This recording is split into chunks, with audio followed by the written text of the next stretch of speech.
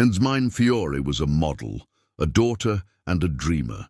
She married a millionaire reality TV contestant after just 2 days. Within months, she was dead, her body mutilated, stuffed into a suitcase, and thrown in a dumpster. This is the shocking, true story of the woman who vanished behind the glamour and the man who turned charm into horror. Before the headlines, before the plastic suitcase in the dumpster, before the reality show cameras and the cross-border manhunt, Jasmine Lepore, later known as Jasmine Fiore, was just a small-town girl from California with bright green eyes, big dreams, and a smile that could stop a man mid-sentence.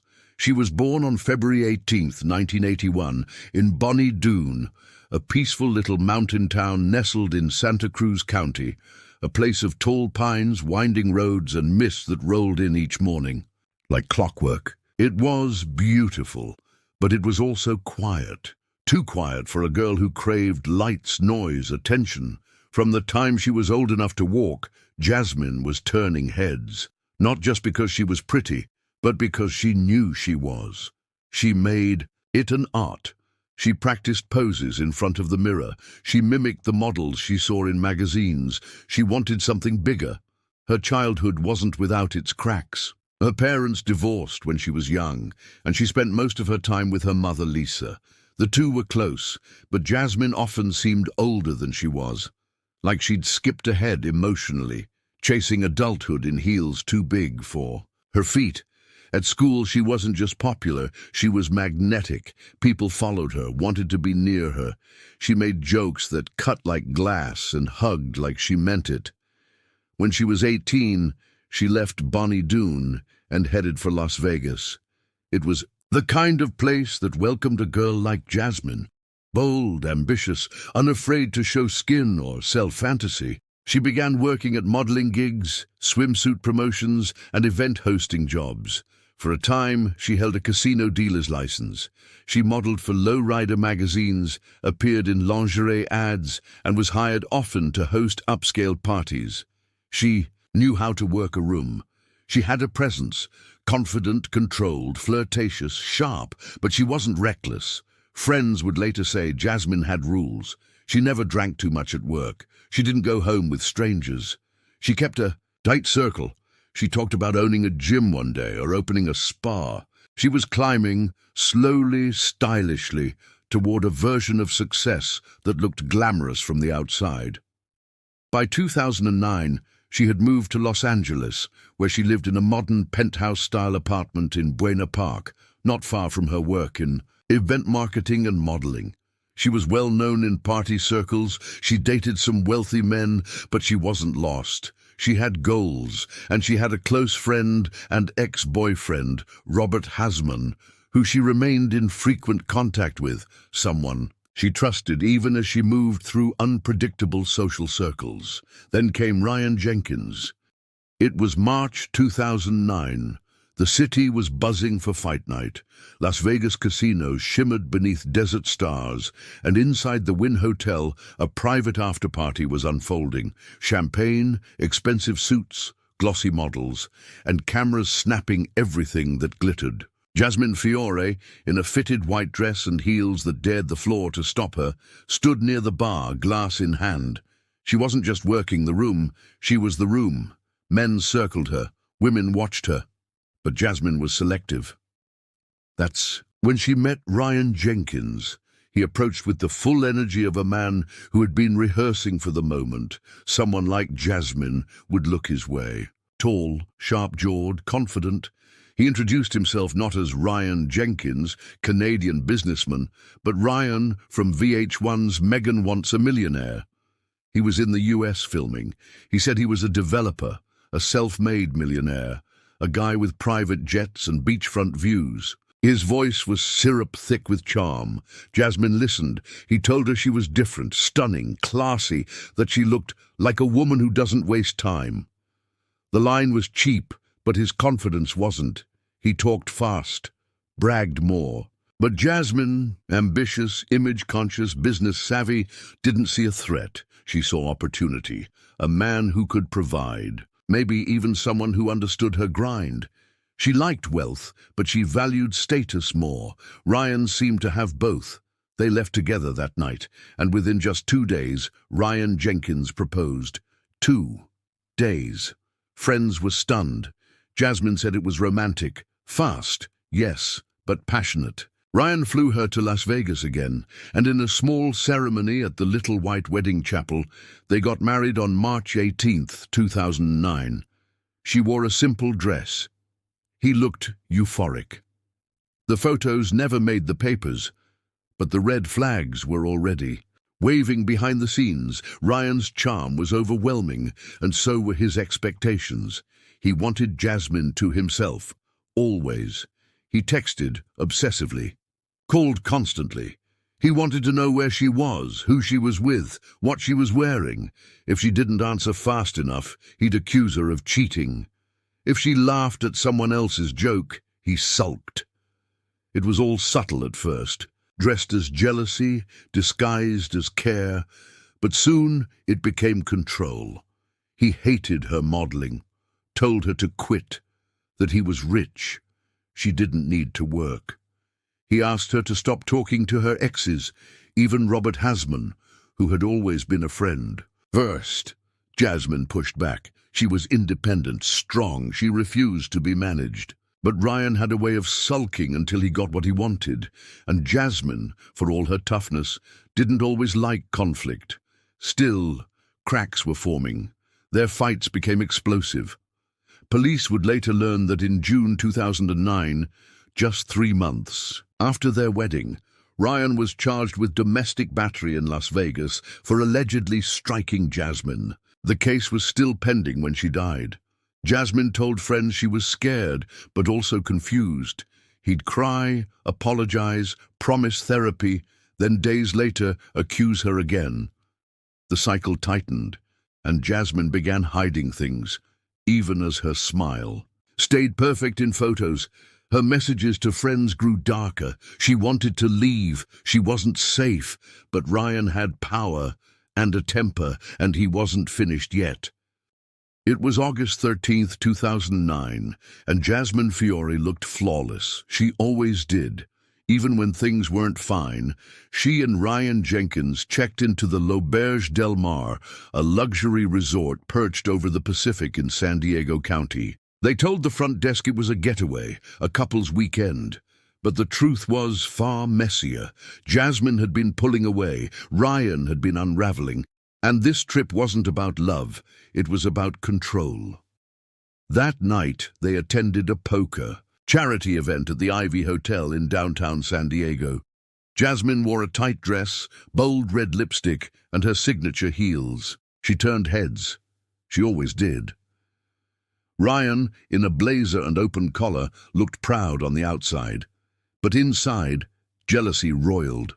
Witnesses said Jasmine was chatty, light, smiling at other men. Ryan was tense, possessive, watching her constantly. Around 2 a.m., they left the party and returned to the hotel. Security footage caught them walking through the lobby, Jasmine a few steps ahead, Ryan dragging slightly behind, his jaw clenched. It would be the last time anyone saw her alive. The next morning, Jasmine missed a modeling appointment in Los Angeles. She never missed work, not without a call. Her phone was off. Her car was untouched. Friends started calling. Her mother couldn't reach her. Her ex, Robert Hasman, said he'd received a text from her just hours before she disappeared, something cryptic and sudden like a goodbye. That same day, Ryan checked out of the hotel alone. No Jasmine, no luggage. He drove his black BMW north to LA, but somewhere along the way, he made a detour. What exactly happened in those hours between checkout and his arrival in the city remains one of the most grisly mysteries in California criminal history. Because by Saturday morning, August 15th, a man searching through a dumpster in an alley behind an upscale Buena Park apartment complex found a suitcase. It was soaked in blood. Inside was the mutilated torso of a woman. No head, no hands, no feet. The body was stuffed into the case, twisted unnaturally, wrapped in clothing. Police arrived within minutes. It was chaos, no ID, no fingerprints, no face, but the body was small, athletic, female, recently killed. The bag had been dumped overnight. It would take 2 full days for police to make a positive ID. They did it. Through serial numbers on her breast implants, the body was Jasmine Fiore. By the time Jasmine's body was identified on August 17, 2009, Ryan Jenkins was already gone. Police issued an immediate warrant. He was now the prime suspect in a murder so gruesome, even seasoned detectives had to leave the room during the autopsy. Jasmine had been beaten, mutilated, her teeth removed, fingers cut off, anything that could identify her. But Ryan had forgotten one thing. Breast implant serial codes are tracked. LAPD traced the last people to see Jasmine: hotel staff, partygoers, parking valets. Every path led to Ryan. He didn't wait to defend himself. He ran. First, he returned to Los Angeles, checked into a Marina del Rey hotel, and retrieved his black BMW from the valet. But within hours of Jasmine's remains being discovered, he disappeared again. He switched to a silver PT Cruiser, a car registered to an ex-girlfriend. He drove north, heading toward Canada. As the media storm exploded, reality star wanted for murder, model found dismembered. Ryan kept moving. Surveillance footage later captured him crossing into Blaine, Washington, at the US-Canada border. It was August 19th, just 4 days after the murder. The Royal Canadian Mounted Police were notified. A bolo, be on the lookout, went out. But Ryan had one last card to play. He checked into a secluded motel in Hope, British Columbia, under the name Paul Lewis. A quiet town, surrounded by trees, far from Los Angeles, far from Las Vegas, far from the cameras and the blood-stained Suitcase. He paid cash. The clerk noticed nothing unusual, just a man with sunken eyes and a backpack. That night he didn't leave his room. On August 23, 2009, the motel manager knocked on room 2 after the cleaning staff noticed the door hadn't opened. In days, no answer. The manager used his key. Inside, the lights were off, the curtains drawn. The air was still. Ryan Jenkins was hanging in the closet. He had used a belt. The bed was neatly made. The television was on, turned low. On the nightstand was a suicide note, rambling, emotional, blaming Jasmine for his pain, claiming he loved her. There was no confession, no apology, just the last act of a man who couldn't face the world he had broken. The reaction was instant. TMZ ran wall-to-wall coverage. VH1 pulled all episodes of Megan Wants a Millionaire and cancelled the unreleased dating show I Love Money 3, where Ryan had been a finalist. The public demanded to know, how did a man with a history of domestic violence get on national television? Unscreened. Turns out Ryan had a record. In 2005, he had been charged in Canada with assaulting a woman. But the production company had used a third-party background check service that only screened US records. He slipped through the cracks, and Jasmine paid for it. When the news broke that Ryan Jenkins was dead, no one felt relief. Not the police, who wanted justice. Not Jasmine's mother, who wanted answers. Not the public, who wanted someone to pay. And now, no one would. Instead, there was a hollow ending. No trial, no confession. Just a body in a closet and the sound of doors closing too late. Jasmine Fiore was buried on August 29, 2009, in a private funeral attended by friends, family, and a few of the people who had once filled her world, with parties, photo shoots, and flashing lights. But this time, there were no red carpets, no hair extensions, no designer heels, just sorrow. Her mother, Lisa Lepore, was dignified and broken. She didn't care about VH1. She didn't want interviews. She wanted people to know who Jasmine really was. She wasn't some playmate or some body in a bag, Lisa said later. She was smart, she was sweet, she had goals. Lisa became Jasmine's voice. speaking out about domestic violence, about abuse hiding behind charm, about the way women are taught to stay quiet even when they're afraid.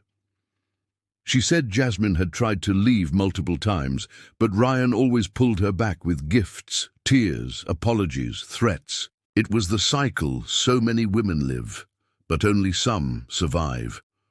Meanwhile, VH1 was imploding. Megan Wants a Millionaire was pulled mid-season, even though it had been performing well.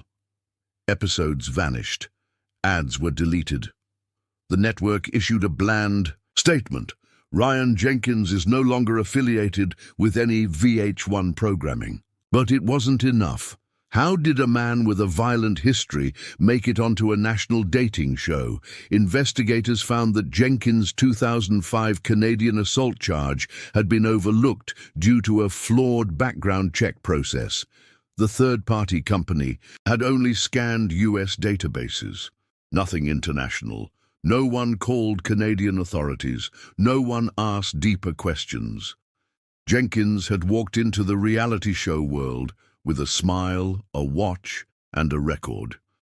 Behind the scenes, executives scrambled.